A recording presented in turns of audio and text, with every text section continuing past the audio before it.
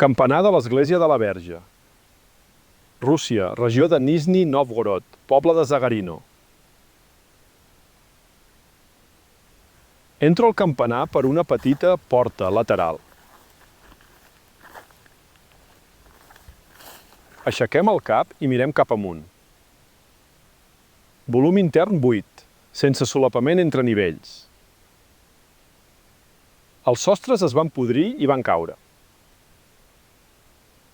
Les bigues i taulons de fusta estaven a dalt, però ara estan sota els meus peus. Al suport del campanar hi ha una cornisa buidada. L'altre suport també es va buidar. Es pot veure que els maons estan trencats. S'estaven arrencant maons de la paret.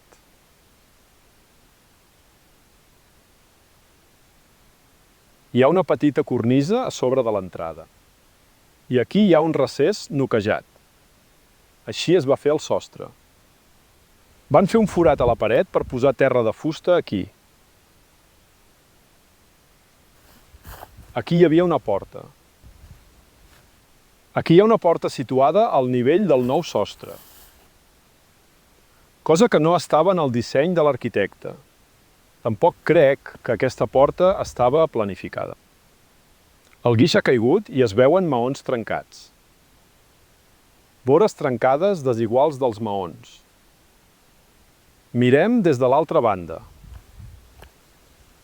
És obvi que aquests maons van ser tallats sense pietat. Per què van trencar la paret i van posar terra addicional?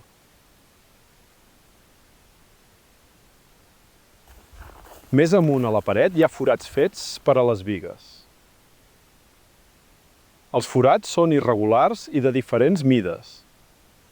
Aquests forats es van trencar a la paret després de la construcció i aquests nínxols també van quedar nosoquejats. Mireu que tortos són els forats. També s'introduïen bigues de fusta als forats perforats posteriorment.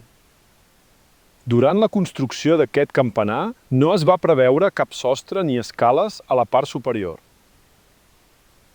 No hi havia cap tasca per aixecar-se i tocar el timbre. Però llavors va aparèixer una tasca així. Llavors la gent feia forats maldestres a les parets i introduïa bigues de fusta. Així, la religió moderna ha adaptat els edificis d'una civilització passada als seus propòsits.